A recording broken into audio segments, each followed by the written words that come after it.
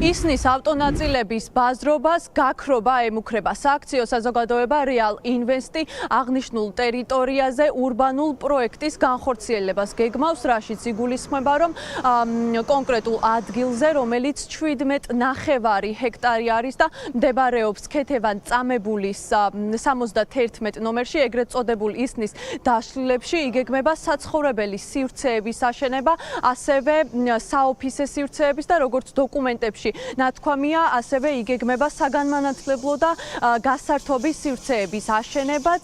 აღნიშნული ტერიტორიის გამოყენება მოხდება მას შემდეგ, რაც დასრულდება რიგი პროცესები, ახლა მიმდინარეობს გარემოს ზემოქმედებაზე შეფასების პროცედურა, როგორც უშუალოდ თავად კომპანია აღნიშნავს.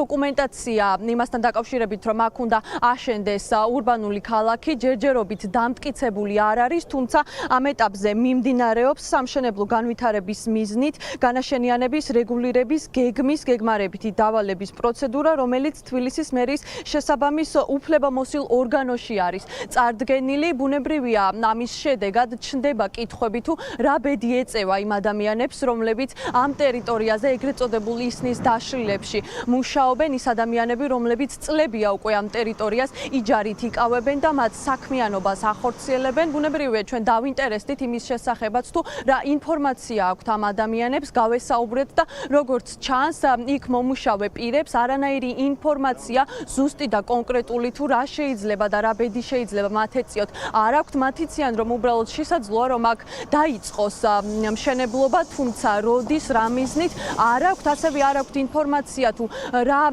ეშველებათ მათ, არსებობს თუ არა ალტერნატივა, საით შეიძლება ეს ადამიანები იქმნენ გადაყვანილები, ვინაიდან როგორც იქ თავად იქ მყოფებმა გვითხრეს, ერთადერთი შემოსავალი მათი ოჯახების არის სწორედ აღნიშნული საქმიანობა. შესაბამისად, თუ ამ ადამიანებს ემუქრებათ ტერიტორიის დატოვება, კითხვებს პასუხი უნდა გაეცეს თუ სად იქნებიან ეს ადამიანები გადაყვანილი და როგორ შეძლებენ საკუთარი საქმიანობის განხორციელებას.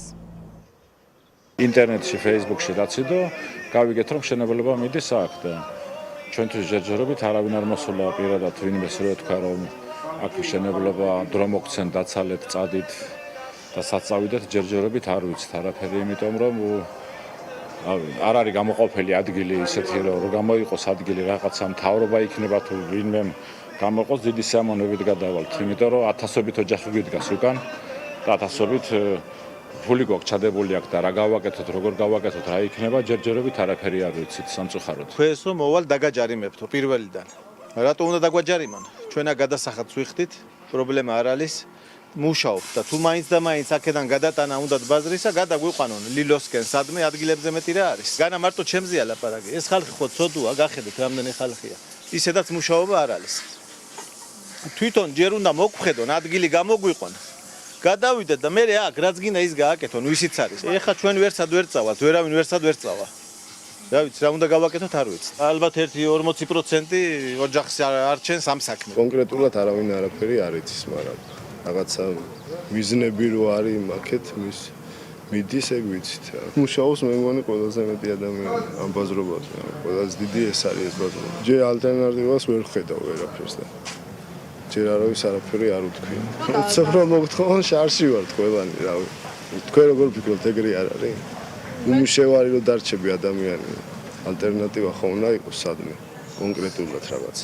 გადასვლა გადმოსვლა. არ ვიცით, არა გვაქვს ჯერ არაფერი ინფორმაცია, არ შემოუთავაზე. ასე უცებაც არ იქნება, ალბათ შემოდგომამდე მოგცემენ დროს და შემოგთავაზებენ ალტერნატივასაც. მარტო ეს ხო არ არის, ეს მაღაზიები არის იქეთ ხელოსნები, ფოქსები. ბევრი ალბათ შეიძლება 1000-მდე ოჯახი იყოს ამ ტერიტორიაზე ჩამოკიდებული და დასაქმებული. სააქციო საზოგადოება რეალ ინვესტის დირექტორი დავით კიკნაველიძეა. ჩვენ შევეცადეთ, რომ მას დავკავშირებოდით სატელეფონო კომუნიკაციის მეშვეობით და თავად მასვე მოგვესმინა პასუხები იმ კითხვებზე, რაც არსებობს, თუმცა ბატონმა დავითმა ჩვენთან გასაუბრება არ ისურვა, მან გაგვიცხადა, რომ TV პირველს ის პასუხებს არ გასცემს, შესაბამისად ის კითხვები, რომლებიც არსებობს, კვლავ კითხვებად დარჩა. ბუნებრივია, ახლა აინტერესებს ყველა იქ მომუშავე ადამიანს თუ როგორ გადაწყდება მათი ბედი და სად შეძლებენ ისინი საკუთარი საქმიანობის გაგრძელებას ოჯახების სარჩენად. ეს თეკლა დონაძე იყო, მადლობა თეკლა.